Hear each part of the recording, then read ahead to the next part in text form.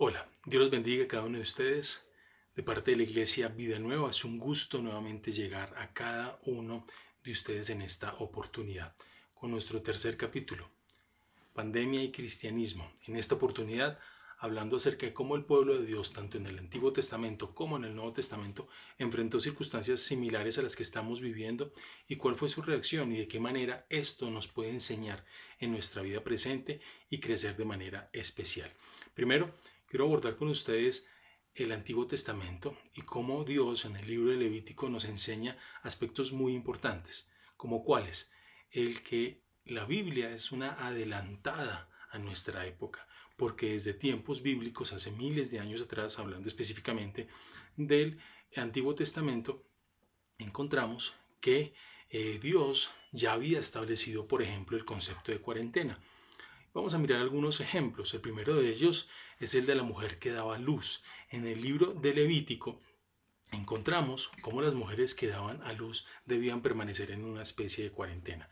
Levítico capítulo 12, versículo 1 al 4, establece que la mujer tenía que pasar 7 días de purificación y otros 33 días más de purificación de la sangre, para un total de 40 días, lo cual le permitía a ella recuperarse. Hoy por hoy la ciencia entiende que este periodo es muy importante y es necesario para que el útero y demás áreas del cuerpo que estuvieron involucradas tanto en el parto y demás vuelvan a su estado normal, es necesario. Pero la Biblia, sin conocer los hebreos de esa época, el concepto de hoy de medicina, ya Dios les había revelado la importancia de este cuidado. Un segundo ejemplo era la prevención de infecciones bacterianas, es decir, enfermedades como la lepra. Encontramos en Levítico capítulo 13, del versículo 45 y versículo 46, que toda persona que padecía esta enfermedad tenía que tener un cierto tipo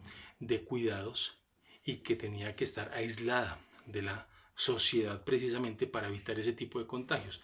Es decir, la cuarentena, el aislamiento para evitar contagios a otro tipo de personas no enfermas ya había sido establecido en las leyes de Moisés. Asimismo, en el libro de Números se nos habla, por ejemplo, en Números 19:11, se nos habla acerca de tocar el cadáver de una persona que haya estado enferma. ¿Esto qué nos genera? El cuidado o las bacterias que podrían estar en una persona podían transmitirse, y más si esa persona había muerto, como por ejemplo de la enfermedad de la lepra, no podía ser tocada. La Biblia lo menciona como impurezas si se tocaba un cadáver. Ahora, si esa persona había sufrido esa enfermedad, pues era terrible. Hoy por hoy los médicos establecen que enfermedades como por ejemplo la tuberculosis, la hepatitis B, la hepatitis C y otro tipo de enfermedades son susceptibles de contagio y pueden transmitirse por el tocar aún los cadáveres, como por ejemplo el virus del VIH y demás circunstancias.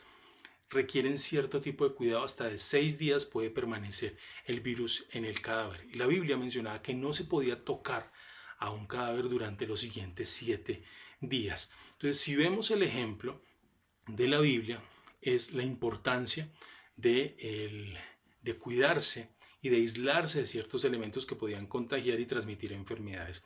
Un tercer ejemplo que encontramos en el Antiguo Testamento era la esterilización y lavamientos frecuentes. ¿Qué significa eso? Lavarse las manos, lavarse los pies abundantemente. Por ejemplo, en Levítico capítulo 15 se nos habla de la importancia precisamente de esto. Los judíos tenían dos tipos de lavamiento. Uno era para propósitos de purificación, que incluían todo el cuerpo, y el otro era el lavado ordinario de manos y de pies. Esta práctica era constante y se practicaba a través de utensilios. Se tenían que lavar los platos donde se consumían los alimentos y demás aspectos. Sin embargo, esto se fue deteriorando con el tiempo, y cuando ya aparecen, por ejemplo, el caso de los fariseos, ellos multiplicaron la cantidad de actos y de momentos y de rituales en que tenían que lavarse y demás cosas, que eso fue lo que Jesús vino a criticarles a ellos acerca de su religiosidad y de su hipocresía, como vemos en Mateo capítulo 7, versículo 2 al 3. Sin embargo, por ejemplo, en Juan capítulo 2, versículo 6, o Mateo 25, se nos habla acerca de las bodas de Caná, donde las 6 tinajas de agua mencionadas servían precisamente para ese propósito de utilizarse, de lavarse las manos y para el aseo importante. Entonces, cuando vemos este tipo de elementos nos permiten entender de que la limpieza, el aseo es importante y hoy por hoy el cuidado, por ejemplo, a través de los tapabocas y demás elementos que se están utilizando, el lavarse las manos cada 3 horas y demás recomendaciones de la Organización Mundial de la Salud y de las entidades sanitarias en cada país, lo que muestran es algo que ya Dios había establecido siglos atrás y que era una ley sanitaria, religiosa y de purificación que encontramos en el Pentateuco, en el Antiguo Testamento, y que rigurosamente Dios lo que estaba buscando era proteger a su pueblo de este tipo de enfermedades que hoy por hoy ya la ciencia lo ratifica y lo menciona de esta manera, y eso es algo maravilloso que nos muestra. También vemos otros ejemplos como las plantas medicinales. Encontramos como por ejemplo en Ezequiel capítulo 47, versículo 12, se habla o se hace alusión dentro del marco general de una visión profética de que existían los frondosos árboles y que estos árboles eran comestibles y sus hojas podían, o de sus hojas podían obtenerse medicina. Es decir, existía un cierto tipo de terapias de cuidado. Por ejemplo, en Lucas, ya en el Nuevo Testamento, capítulo 10, se nos habla de cómo en la parábola del buen samaritano Jesús explica que en las heridas se les echaba aceite y vino para vendarlas. El vino constituía un elemento importante, así como el aceite. Por eso también se nos habla en Santiago acerca de ungir con aceite, porque cumplían un papel muy importante, no solamente espiritual, sino también un papel sanitario muy importante, que era desinfectar, porque tiene efectos antisépticos y sustituía lo que hoy por hoy es el alcohol. Por eso se utilizaba la acidez del vino para ese tipo de circunstancias. Hoy por hoy lo podemos comparar como por ejemplo con el alcohol, un elemento necesario para el aseo, para la limpieza, y que es recomendado, que hoy se utiliza en casi todo momento cuando se entra a un lugar, aplicarse, rociarse alcohol para desinfectarse de cualquier tipo de virus. De hecho, en primera de Timoteo, capítulo 5, versículo 23, el apóstol Pablo recomienda a Timoteo que utilizara cierto tipo de vino a causa quizás de alguna enfermedad en su estómago, y esto le podía ayudar. Entonces, todo este tipo de circunstancias nos muestra la sabiduría de Dios en medio de todo esto. También se nos habla, por ejemplo, de los animales peligrosos, y con esto quiero terminar esta etapa. Animales peligrosos como en Levítico capítulo 11, versículo 30, se nos habla de no consumir cocodrilos, de no consumir animales impuros, y existe toda una lista de este tipo de animales, por una parte porque eran divinizados por las culturas periféricas del pueblo hebreo, por otro tipo de pueblos, pero también por otro tipo de circunstancias, y era por motivos puramente sanitarios. Comer este tipo de animales puede producir enfermedades por su posible toxicidad. El consumo de estos animales, hoy por hoy la ciencia también establece que pueden transmitir cierto tipo de enfermedades como las ya conocidas, pero también otro tipo de patógenos como la salmonela y demás tipo de enfermedades. Todo esto nos permite y produjo que más adelante se descubriera esto a través de la ciencia, pero Dios ya había establecido el cuidado. Hoy se habla de que muy posiblemente este virus haya sido transmitido por el consumo o por haber sido transmitido por un animal de esta prohibido en el Antiguo Testamento. Entendemos que todas estas enseñanzas de la palabra de Dios nos muestran que hay sabiduría y hay enseñanza y que son aplicables al día de hoy. Entonces esto es algo muy importante para nosotros y para nuestra vida diaria como cristianos, entender de cómo aquello que era impuro, Dios muestra era o buscaba proteger a su pueblo. Sabemos ya que en el Nuevo Testamento el Señor Jesucristo ya aquello que era impuro lo purificó. Los enfermos, los leprosos, aquellos que eran considerados impuros en el Antiguo Testamento, Dios los tocó, Dios se acercó a ellos, convirtió aquello que era impuro en puro, enseñó y mostró, porque Dios vino a purificar nuestras vidas y a mostrar a nosotros de que solo a través de Él encontramos esa pureza. Como segundo punto, quiero tocar con ustedes también cuál fue el comportamiento ya después en la iglesia primitiva y de qué manera encontramos este desarrollo en la iglesia y cómo esto nos puede ayudar en nuestro día a día. Pues existe un libro maravilloso que se llama La expansión del cristianismo, de Rodney Stark, donde se nos habla, este libro lo pueden conseguir en español, donde se nos habla acerca de cómo en los primeros siglos del cristianismo se presentaron unas epidemias que fueron suficientemente fuertes, que afectaron el Imperio Romano, y cuál fue la reacción de los cristianos en ese momento. El testimonio, nos cuenta este historiador, que el testimonio de vida de los cristianos fue muy impactante en sus hogares. Ellos eran misericordiosos, ellos ayudaban al necesitado, y eso hizo de que la epidemia fuera vista por las demás personas como un ejemplo de comportamiento por parte de los cristianos. Es decir, ellos no solamente hablaban del Señor, sino que efectivamente ellos eran luz en medio de esa circunstancia que estaban viviendo. Las familias ricas se iban del campo, los médicos se iban con ellos, algo que hoy por hoy se puede repetir en muchas ocasiones, pero el resto de la población, los que no podían irse a pueblos lejanos, tenían que quedarse allí y experimentaban la muerte. Las familias se dividían porque cuando se presentaba un muerto en la familia, los demás salían del pueblo, lo dejaban allí abandonado. Los contagios eran masivos, padres dejaban a sus hijos o hijos también dejaban a sus padres. Este historiador menciona en su libro cómo estas epidemias fueron tan fuertes en el año 165 puntualmente y otra en el año 251, llevaron o acabaron con un tercio de la población en ese momento del imperio. Esto proporcionó un crecimiento enorme al cristianismo. ¿Por qué genera esto un crecimiento enorme? La razón es sencilla. Mientras todo el mundo salía, los cristianos no se iban. Los cristianos se quedaban en el pueblo. Los cristianos ayudaban a aquellos que se encontraban enfermos.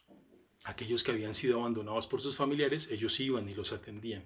La tasa de mortalidad de los cristianos era menor que la tasa de mortandad de los paganos. Tanto así que los paganos veían este comportamiento de los cristianos y se veían asombrados. Esto hizo que se diezmara la población en esos pueblos o en esos lugares, que los cristianos tomaran fuerza, que después, cuando se acababa la epidemia, llegaran nuevamente los familiares, vieran el comportamiento y el ejemplo de los cristianos, se hicieran cristianos, y también permitía, con el transcurrir de los días, de los años y de las décadas, el crecimiento del cristianismo. ¿Por qué? Porque el crecimiento del cristianismo se debía a su actitud. Los cristianos no vivían como los paganos en esas circunstancias, no huían, cuidaban a sus enfermos, aun cuando estuvieran agonizando, enfrentaban la pandemia con higiene. Aún muchos de ellos dieron su vida como ejemplo, ellos no abandonaron, y existen muchos relatos que describen la firmeza y el carácter heroico de los cristianos en ese momento y que nos sirven a nosotros en esta oportunidad. Tanto es así que el emperador Juliano de esa época era enemigo de los cristianos, pero también en una carta que él escribió a alguno de sus amigos habla de los cristianos refiriéndose como los galileos de manera despectiva, y dice: esos galileos solo ayudan a sus enfermos, y dice: oiga, sacerdotes paganos, hagan lo mismo que hacen los cristianos y aprendan de ellos. Sin embargo, el testimonio de los cristianos ayudó bastante, hizo que la gente viera el ejemplo y se hiciera cristiana. Obras de caridad, ayudar al necesitado, ayudar al enfermo, ayudar al abandonado, recoger aún a los hijos que habían nacido con algún tipo de deformidad. Recordemos que era una práctica habitual que si un hijo nacía con alguna enfermedad mental o física, lo abortaban o lo dejaban abandonado. Los cristianos recogían y ayudaban en este tipo a estas personas, y eso ayudó Tanto es así que un pagano culto de esa época escribió una carta que es muy conocida que dice lo siguiente, lo voy a leer. Dice, los estoicos aprendieron a temer a la muerte mediante una austera disciplina de vida. En cambio, los cristianos no solamente les faltaba miedo a la muerte, sino que este era un hábito incluso permanente entre los niños y los jóvenes. La filosofía de esa época griega no daba respuesta a lo que estaba sucediendo. En cambio, los cristianos no le tenían miedo a la muerte. Ese era un aspecto muy importante que generaba curiosidad en las personas. Los demás salían pavorosos. El cristiano sabía que debía servir a las demás personas y que si la muerte lo encontraba iba a estar en la presencia del Señor, que para él era motivo de alegría y motivo de gloria. Y esto no solamente se veía en los adultos, sino que se veía en los niños y en los jóvenes. Y esto era algo que generaba cierto tipo de alegría en las personas. Los cristianos no se distinguían tanto por su forma de vestir, ni por su lengua, ni por quizás por las costumbres del día a día. Se distinguían era por su entrega, por el amor entre sus familias, por la unidad, por la ayuda al necesitado, y de esta manera hacían que su creencia permitiera que vivieran una vida extraordinaria. Dentro del ordinario vivían de una manera extraordinaria. Y esto fue un elemento que hoy por hoy los historiadores determinan como importante para que el cristianismo hubiese crecido en los primeros siglos. Se cuenta de cómo estas epidemias acabaron en gran parte y con muchos pueblos en esa época. Existen hallazgos arqueológicos, también se habla de cómo aún en algunos de esos momentos en Roma llegaron a fallecer 5.000 personas en un solo día. En esa época las muertes eran terribles y las epidemias, aunque no se sabe qué tipo de enfermedad era, sí eran muy terribles porque entre un 30 y un 40% era la tasa de mortandad en ese momento. Así que el cristianismo respondió con altura y fue ejemplo y permitió que creciera. Utilizar una circunstancia adversa y difícil en bendición. El secreto, no tenerle miedo a la muerte. El secreto, reconocer el segundo mandamiento, amar a tu prójimo como a ti mismo. El secreto, la solidaridad, el entender de que están allí para servir a las demás personas. Otros dos ejemplos importantes que encontramos ya más adelante es cuando aparece la Reforma y cuando ya aparece Lutero, que nos enseña algo muy importante. Ya en el siglo XVI, Martín Lutero nos muestra un ejemplo muy importante. Cuando ya estaba Lutero, hacía 200 años atrás, se había llevado a cabo algo que se llamaba la peste negra. La peste negra mató casi a la mitad de la población en Europa.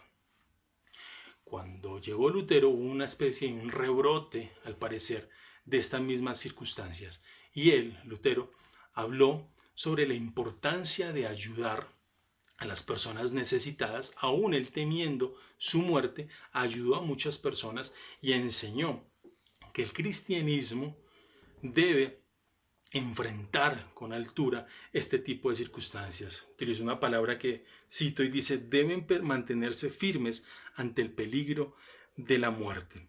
Ayudar a los enfermos, a los desahuciados, como buenos pastores, fortalecer y administrar y consolar a las personas que se encontraban allí. Esto ayudó mucho a la policía, a los médicos, para que asimismo se pudiera fortalecer. Y un ejemplo muy importante es que él compuso una canción muy hermosa basada también en un salmo que se llama Castillo Fuerte. Este himno, que es maravilloso, lo compuso precisamente en esta circunstancia adversa y difícil de epidemia que también estaba viviendo en ese momento. El cristianismo actuó con altura y eso sirvió de inspiración a las demás personas. Y un tercer ejemplo que quiero tocar con ustedes, un par de siglos más adelante, fue el de otro famoso predicador, el llamado Charles Spurgeon, el príncipe de los predicadores, conocido hasta el día de hoy. En Inglaterra, en Londres, fue un gran predicador y él estuvo más o menos en el siglo XIX, a mediados del siglo XIX, inicios del siglo XIX, por los años 1800, él predicó Y en su ministerio, al inicio de su ministerio, vino una epidemia muy fuerte de cólera. La gente fallecía, muchos amigos de él, que aún eran predicadores, fallecieron. Y él, a diferencia de otras personas que también huyeron del lugar, se quedó. Ayudó al necesitado, ayudó a los enfermos, y esto permitió que su ejemplo fuera de inspiración para que muchas almas se salvaran. De hecho, él manifiesta en muchos de sus escritos y sus cartas de cómo este ejemplo permitió que las personas vieran nuevamente al Señor, al cristianismo, como esa fuente de salvación. Ahora bien, lo que quiero dejar en ustedes como conclusión de rápidamente de todo lo que hemos visto es cómo la iglesia ha actuado y cómo el pueblo de Dios, incluyendo el Antiguo Testamento, ha actuado con sabiduría. Porque la iglesia tiene un papel. ¿Qué está haciendo la iglesia en estos tiempos? ¿Qué hizo la iglesia? ¿Qué hizo el pueblo de Dios en el Antiguo Testamento siguiendo las directrices que le había establecido Dios? ¿Qué hizo el cristianismo en los primeros siglos? ¿Qué hizo el cristianismo en la Edad Media? ¿Qué hizo el cristianismo tan solo hace un par de siglos atrás?